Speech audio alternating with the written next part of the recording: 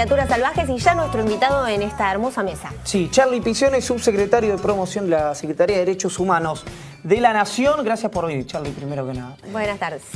Una situación, uno diría, vinculada a una política de Estado, vinculada tal vez a la piedra angular de lo que fue el nacimiento del kirchnerismo hoy en la ex-ESMA, pero además muy emotivo, ¿no? Hoy el discurso de Cristina Fernández de Kirchner. La verdad que sí, la mística de la lluvia, el sol, que haya estado su hijo ahí con su nieto, con Máximo, todos los organismos.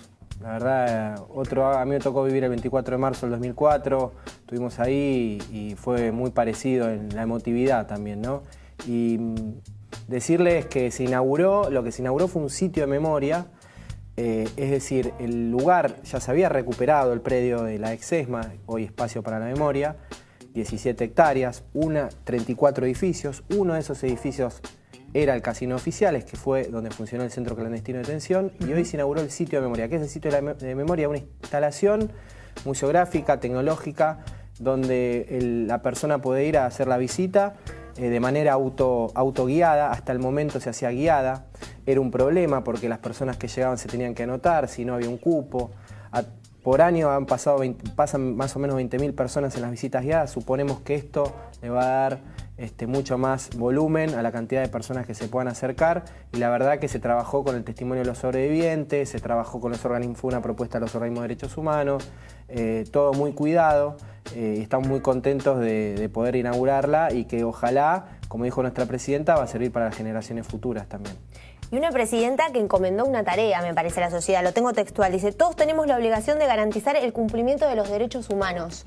Digo, dejó ahí, ¿no? Plantó la semilla a ver qué pasa. ¿Cómo ves? Está hablando del futuro, ¿no? Está hablando de la política de memoria, verdad, justicia, que es el corazón de la política de derechos humanos, porque nosotros entendemos que la política de derechos humanos también es los 6 millones de puestos de trabajo, el plan Procrear, el plan Progresar, haber recuperado YPF, la ley de medios, todo eso, la política de ampliación de derechos, pero la política de memoria, verdad, justicia, hay varios precandidatos que la están poniendo en duda, que han hablado del curro de los derechos humanos, que hablan de amnistía, que hablan de reconciliación nacional. Nosotros entendemos que justamente este tipo de eventos como el de hoy, o los juicios por delitos de lesa humanidad, no son cosas del pasado, lo dijo hoy nuestra presidenta, son cosas del presente y del futuro. ¿Por qué? Porque sería muy difícil avanzar como país si no tuviéramos presos a los mayores genocidas de la historia. Entonces lo que se está poniendo en juego es qué va a pasar cuando suma el próximo presidente o presidenta de la nación con estas políticas. Y lo que interpretamos nosotros también es que, y hablo como militante también, no solamente como funcionario, que el pueblo argentino va a estar en la calle para defender las conquistas que tanto nos costaron a todos los argentinos. ¿Hay una fuerza social que puede bancar eso, Charly, crees? Yo creo que sí, hay una fuerza... fuera de, suponiendo el kirchnerismo, con el apellido Kirchner ya está, digamos, el 10 de diciembre se va Cristina Fernández de Kirchner. Aunque estén Scioli y Randazzo, con expresiones del Frente para la Victoria, ¿crees que eso se puede continuar de igual manera? Yo creo que sí. Yo estoy convencido, y además lo han expresado los dos precandidatos del Frente para la Victoria, han expresado que van a continuar las políticas de derechos humanos. Y por otro lado, hay que también tener en cuenta qué es lo que opina la sociedad. Yo creo que hay un consenso, hay una legitimación de la política de memoria, verdad, justicia en la sociedad. A mí me toca, por ejemplo, acompañar a Estela de Carlotto a distintos actos, eventos. Me ha tocado acompañarla al estadio River Plate, al homenaje que le hicieron a su nieto. Y la verdad que el aplauso es contundente de todo el estadio. No es que hay una popular que aplaude y una platea que chifla. Creo que esta política llegó para quedarse y va a ser muy difícil retroceder. ¿Crees que hay alguno de los candidatos que sí quiere retroceder? Digo, con nombre y apellido. ¿Crees que Mauricio Macri o Sergio Massa quieren retroceder sobre eso? Creo, no solamente creo, lo han dicho. Massa ha hablado incluso de rever, de políticas de reconciliación nacional, el mismo discurso de Elisa Carrió, y Macri ha sido más contundente en el sentido de hablar de curro de los derechos humanos, una ofensa, una burla a nuestras madres, a nuestras abuelas. Y yo creo que va a ser muy difícil retroceder porque somos vanguardia en el mundo. A donde vamos se habla de la política. ¿Sabes que hay un libro que salió ahora de dos periodistas de La Nación? Son Pancho Oliveri y Diego Cabot, que se llama Los platos rotos, que es muy crítico con estos 12 años de gobierno.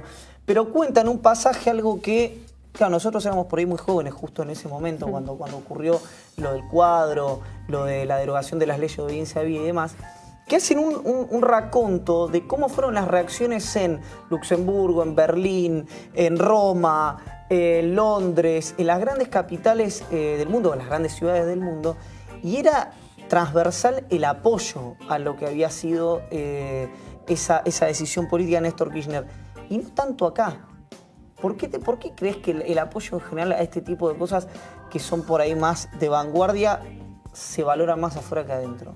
Yo creo que tiene que ver con que tuvimos un gobernante como Néstor y una gobernante como Cristina que están un paso adelantados siempre. Siempre están imponiendo la agenda y dando un paso más adelante. Yo creo que quizás muchas veces no nos damos cuenta del proceso histórico que estamos viviendo y lo veremos con el pasar de los años, pero son hechos contundentes y que vamos a tener que festejar y hablarle a nuestros hijos, a nuestros nietos. A mí me pasaba, hablando con mi abuela, que es de Madres de Plaza de Mayo, que me contaba lo que era el peronismo. Yo creo que va a pasar algo similar con el kirchnerismo. Vamos a contarles a muchas generaciones qué pasó, qué vivimos, qué tipo de eventos, dónde estuvimos. Es increíble lo que estamos viviendo y nosotros nunca pensamos que lo íbamos a vivir. Cuando a mí me tocó empezar a militar en el movimiento de derechos humanos, me cruzaba con los genocidas, me tocó cruzarme con el asesino de mis viejos en un bar, ¿no? Entonces, lo que yo decidí en ese momento, en ese segundo que me pasó por la cabeza, fue lo que me hizo estar hoy hablando acá con ustedes, sino que esté en otro lugar. Y el tiempo me dio la razón. ¿Vos lo reconociste? ¿Sabías quién era? Yo lo quién reconocí, era? sabía quién era por las fotos, testimonios sobrevivientes, y a mí me tocó ser querellante en la causa, y a mí me tocó ver cómo en el juicio lo condenaban a prisión perpetua, y hoy este personaje que se llama Julio Simón está en la cárcel de Marcos Paz, ¿no? El tiempo finalmente nos da la razón. En este contexto y de acuerdo a lo que decís, digo, Cristina Fernández deja una sociedad empoderada, ¿te parece? Sí, deja no solamente una sociedad, sino a los que habitan en esa sociedad, a los ciudadanos, lo deja empoderado con más derechos. Hay una cantidad de leyes que son inexplicables, ponernos a charlar ahora, que tienen que ver con el empoderamiento del ciudadano.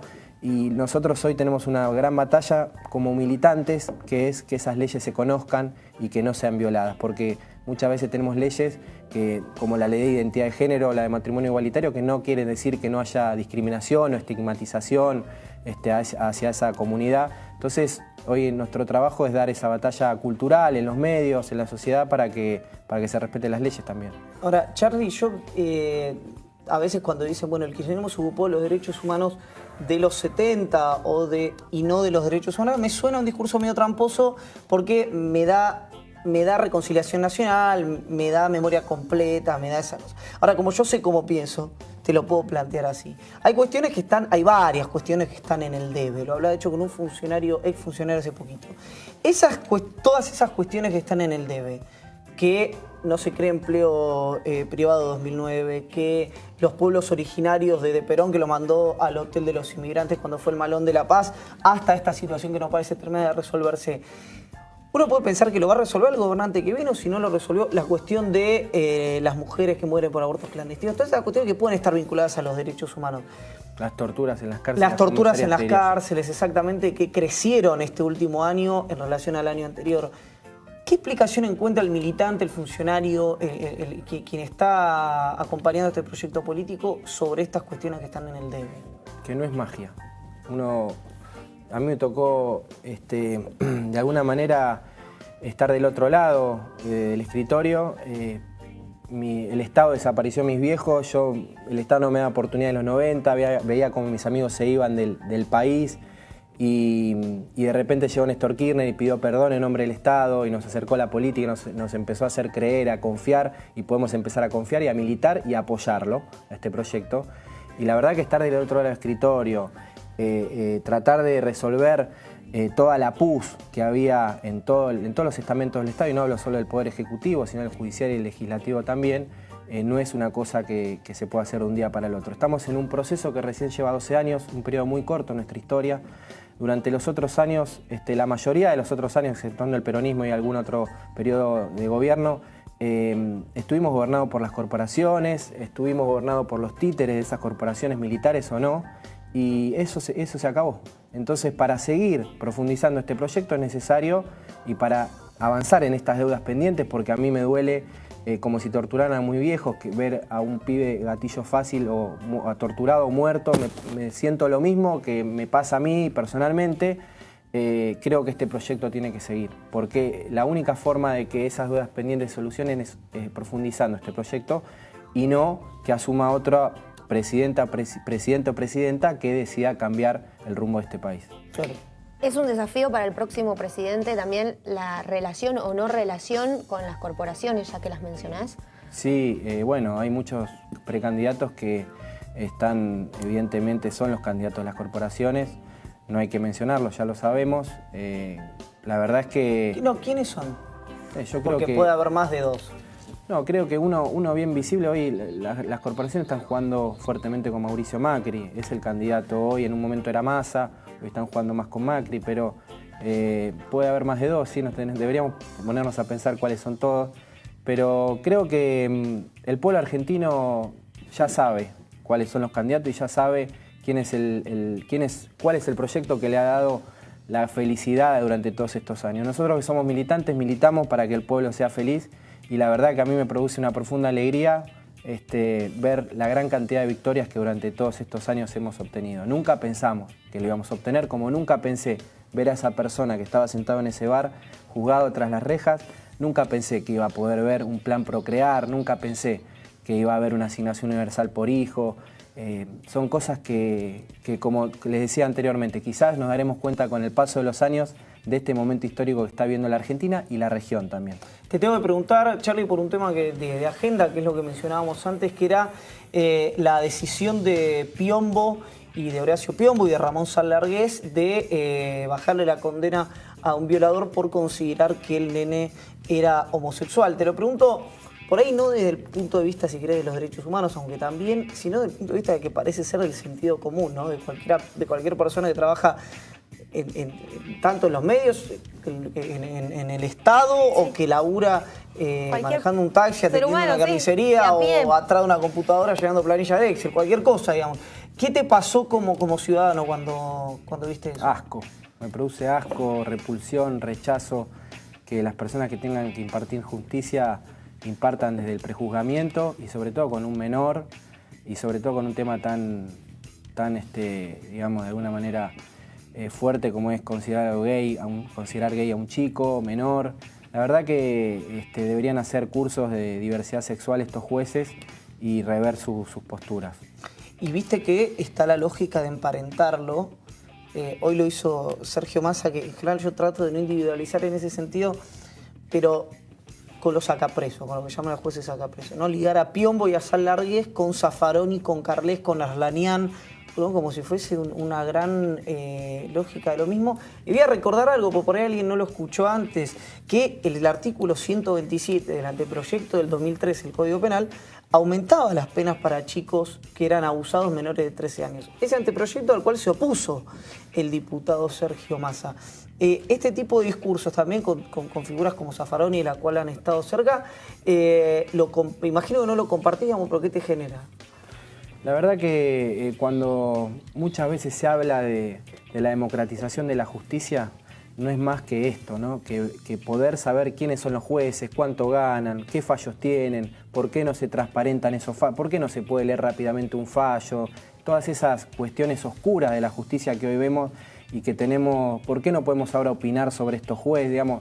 Cuando se habla de democratización de la justicia justamente se está hablando de esto, de que hay un montón de personajes en el Poder Judicial que están atornillados a las sillas y que fallen lo que fallen van a seguir siendo jueces, y nosotros la verdad que lo que entendemos es que tiene que haber más participación popular y más control de los otros poderes, como hace el Poder Judicial también con los otros poderes, con esto. Charly Pisoni, subsecretario de Promoción de Derechos Humanos, estuvo en Criaturas Salvajes. Gracias por haber venido, Charly. Gracias por las carapelas. Por favor. Y ahora es momento de un nuevo corte en Criaturas Salvajes.